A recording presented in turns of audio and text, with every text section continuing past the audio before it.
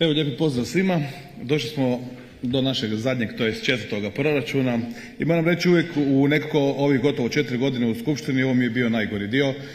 Prije svega jer kada gospodin Paras dođe gore pa većina nas, a mogu skoro reći više od polovice ljudi u biti niti ne razumije u biti o čemu se konkretno radi. Proračun naravno je vrlo težak i složen i trebalo bi ipak imati i dosta edukacije vezano za to. Međutim, ono što se mi možemo razumjeti, možemo se razumjeti konkretno u nekoliko stavki. Na primjer, proračun Primorsko-goranske županije ove godine znači iznosi 353 milijuna eura, a sad gledajte, recimo u Istarskoj županiji je 234.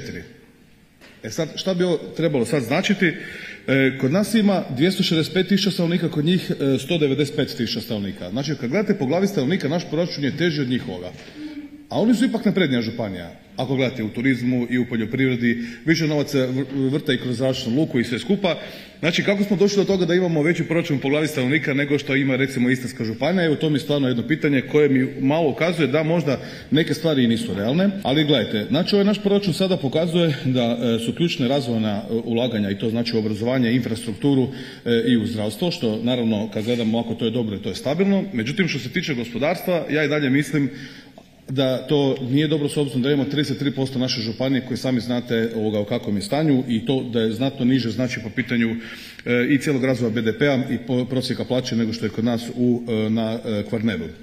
Dakle, neke naše preporuke s obzirom na demografske znači izazove i geografske specifičnosti naše županije, mislimo da bi trebalo više novaca ulagati u demografiju, znači nešto uvesti ili povećati subvencije za mlade obitelji i stambene programe u ruralnim područjima. Zatim, gospodarski razvoj, to je uvijek važno, fokus na poduzetničke inicijative u slabije razvijenim dijelovima naše županije, posebno se tu odnosi naravno na Gorski kotar i otoke. Ekološke investicije, povećanje ulaganja u održivi razvoj i zelene projekte, tu bi ipak mislimo da bi to trebalo biti značajnije, jer vi kad vidite u našem proračunu koliko ćemo izdvajati za recimo solarne panele na našim kućama, vidite da je to sasvim sigurno nešto što je kroz ovog proračuna nevidljivo, to jest gotovo pa nerazumljivo. I digitalna infrastruktura, s obzirom na suvremene trendove, više ulaganja znači u digitalizaciju moglo bi povećati sigurno efikasnost i konkurentnost naše županije. A sad idemo na onaj glavni dio gdje bi možda mogli malo uštediti. Ovaj proračun je stvarno velik, kad vi gledate, to je evo 353 milijuna, pa ajmo recimo gledati jedna mjera uštede, službena putovanja. Znači, mi smo samo u ovoj godini, u pola godine imali 607 tisuća eura službenih putovanja, to je pola godine. Sad gledajte puta 2, ako gledamo, to je znači 1 milijun i 200 tisuća eura. Kada bismo to malo racionalizirali, kada bi napravili manji broj putovanja, kada bi povećali virtualne sastanke, mogli bi se uštediti do 20%, što bi u ovom slučaju iznosilo 240 tisuća eura. Evo, jedan primjer. Idemo dalje. Digitalizacija uprave, uvođenjem digitalnih rješenja za administrativne procese može se smanjiti upotreba papira, troškova, poštarine, radne snage i to može rezultirati nekom dodatnom uštedom od 50 tisuća eura godišnje. Onda materijalni rashodi, vidimo da se rashodi za materijalne troškove iznose 64,9 milijuna eura i recimo nekom boljom primjenom znači štedljivih mjera poput na primjer prelaska na energetski učinkovitu rasvjetu, smanjenja nepotrebnog trošenja energije mogli bi uštediti otprilike 2%, što vam je 1,3 milijuna eura. Znači, nije to baš neka mala stavka. Centralizacijom nabave uredskog materijala i postavljanjem znači strožih pravila korištenja resursa uštedilo bi se negdje oko dodatnih 200 tisuća eura. Znači, imamo cijeli niz prijedloga, znači meni je drago da su ovdje i SDP-ovci koji su zašli vani rekli su da je ovaj proračun dobar, a niko nije rekao vrlo dobar ni odličan. Znači, imamo još mogućnost napretka u tome. Idemo dalje. Zdravstvo. Rashodi za zdravstvo iznose 150,8 milijuna eura. Mogućnost uštede uključuju cijeli niz stvari, recimo uvođenje centraliziranih javnih nabava za medicinsku opremu, što bi moglo rezultirati uštedom od 1%, dakle 1,5 milijuna eura, što je isto vrlo značajno.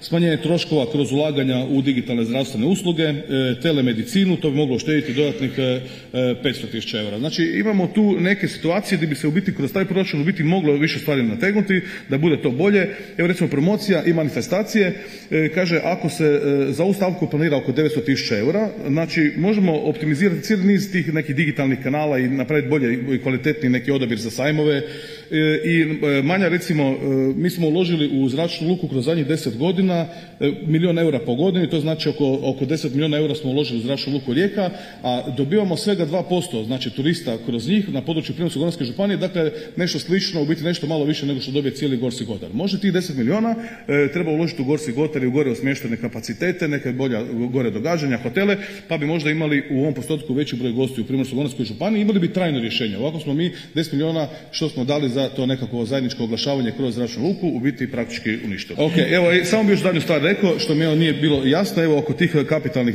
projekata, znači više od 52 milijuna eura je znači u njih uloženo i evo stalno imam pitanje vezano za ovaj zdravstveni centar Ujevica koji u biti bi nastajao oko 10 milijuna eura. Ono što mi je nejasno, znači mi ga financiramo kroz nekakvo kreditno zaduženje i kroz naša proračunska sredstva. Kreditno zaduženje je 8,9 milijuna, a 1,1 milijun eura je proračunsko sredstvo. Mene zanimaju gdje su tu fondovi, zbog čega fond nije mogao uložiti u ovako nešto, a radi se stvarno o jednom značajnom projektu koji bi unaprijedio učinkovitost znači interventnih službi i podići razinu zdravstvene zaštite, gdje bi mogli dobiti tu znači novaca više od europskih fondova. Hvala.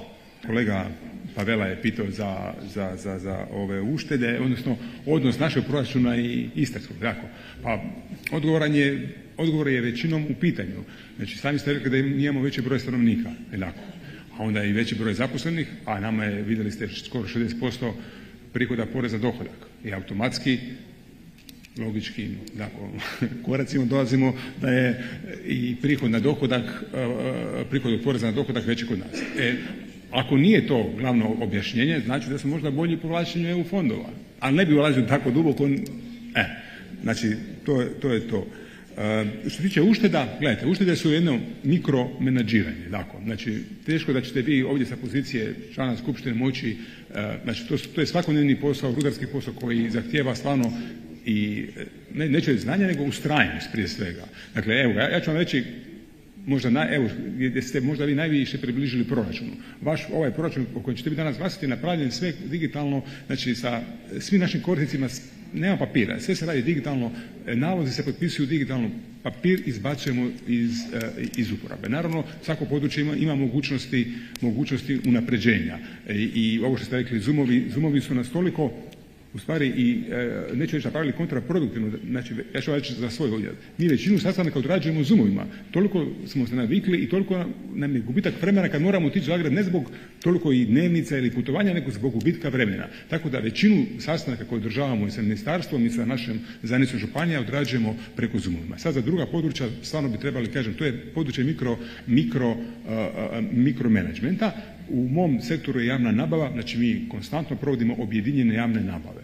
Radili smo objedinjenu javnu nabavu za hranu, radimo za osiguranje, radimo za gorivo, znači gdje se kroz nekakvu, ajmo reći, opseg pokušava doći do bolje cijene. A sada ne možete raditi objedinjenu nabavu za predmete koji nisu relativno homogeni pa se onda mogu podvesti pod isto, razumijete? Tako da sve ima svoje pro i sve ima svoje za. Evo, tako da, ali uglavnom te uštede su nam uvijek prioritete, to radimo. Imali smo, znate kako se prije 20 godina se radio proračun tako da se kaže rashodi za putovanja rastu 3%. I radimo, svi su ga stavljali na 3%, broj puta 3 podijeljeno sa 100. Ali jednostavno ne možete govoriti o troškovima tako na generalnoj razini, svaki projekt ima svoju logiku. Vi ste pitali i za Rujevicu, je tako? Znači da se moglo, financiralo bi se. Razumite, mislim, niko sretniji od mene da smo imali mogućnost financirati iz EU fondova, a ne našim zaduživanjem. Znači, zaduživanje je bilo nužno zlo jer smo u jednom trenutku bi morali odustati u nekakvih drugih prioriteta, a kažem, s obzirom na nisku razinu zaduženosti i s obzirom na opseg i veličinu projekta, onda se odlučilo na tu ovu varijantu. Znači, mi smo teoretski mogli prekinuti ulaganja u investicije naših zdravstvenih ustanova ove godine i sve isfinancirati bez kredita ovu veliku investiciju i malo začepi špinu na drugim mjestima. Ali se procijenilo da je sve prioritet, a budući da smo imali već ugovoreni kredit sa HBOR-om po vrlo dobrim uvjetima, koji inače se više ne mogu dobiti jer je ta cijela MPO priča zaustavljena, ipak se odlučilo da se ide u tu priču. Govorimo o tim nekim velikim infrastrukturalnim ulaganjima. na primjer ukupni iznos za kapitalne projekte koji iznosi više od 52 milijuna eura. Tu znači imao sam tu nekoliko pitanja, znači prije svega ako mislimo da postoji ta neka prioritizacija najpotrebnijih projekata i ukoliko se neke stvari recimo mogu odgoditi, mi sad imamo trenutak da ćemo recimo sagraditi Rujevicu koju neće imati tko zaraditi. Znači znate sami kakva je situacija sa plaćama, kakva je situacija sa stanovima gdje trebaju doći liječnici iz inozemstva, znači da li se to može nekako izorganizirati da bude malo drugačije i fokusirati se na projekte koje sufinancira Europska unija. I ja još uvijek mislim da ako Europska unija može davati novce za spašavanje 2 dupina na Iloviku, da onda definitivno sigurno za ovako jedan sustav kompliciran kao što je projekt Rujevica, da bi trebalo se iznaći nekakva sredstva za to. Ja ne mislim kako smo retroaktivno dobili za Platak 3,7 milijuna eura, ja ne vidim nikakvu nemogućnost da sad odjedanputa ne možemo retroaktivno tražiti novce od Europske unije i za taj projekt. Mislim da to je nemoguće, treba probati, evo to je to. Zatim imamo još jednu stvar, imamo rizik pronevjere kod tako velikih infrastrukturalnih projekata i često puta naravno ljudi se boje kad se tako nešto veliko događa da nemamo dovoljno kontrolu. Evo mene recimo konkretno zanima projekt Rujevice, ko on kontrolira financijski, ko kontrolira te financije, koliko se novaca potrošilo za nešto, da to stvarno kasnije bude održivo. Evo na primjer prijava visoki troškovi gradnje bez javnog nadzora trošenja su uvijek neka opasnost. Kaže javni nadzor trošenja. Tko to kontrolira javni nadzor trošenja u ovom slučaju recimo kod projekta od 10 milijuna Rujevice. Ja želim vidjeti tu osobu imenom i prezimenom pa da možemo s njime sjesti, da malo prođemo neke stavke i da vidimo. Znači to je ono čega se ja stalno bolim u tom proračunu i zato ja uopće ne volim niti tu raspravu oko proračuna i uvijek mi to čini nekakav grč u želucu već 4 puta kad smo ovdje. Ja stalno imam osjećaj da smo mi svi u toj opasnosti, da smo nesigurni jer ljudi definitivno ne razumiju pa da ne ispadnu sada bedasti kao neće ništa pitati. Evo to je taj jedan dio ovoga priče koji trebamo riješiti. Evo i mi možemo angažirati neke vanjske revizore za nadzor tih velikih projekata što mislim da bi u svakom slučaju bilo dobro. Hvala.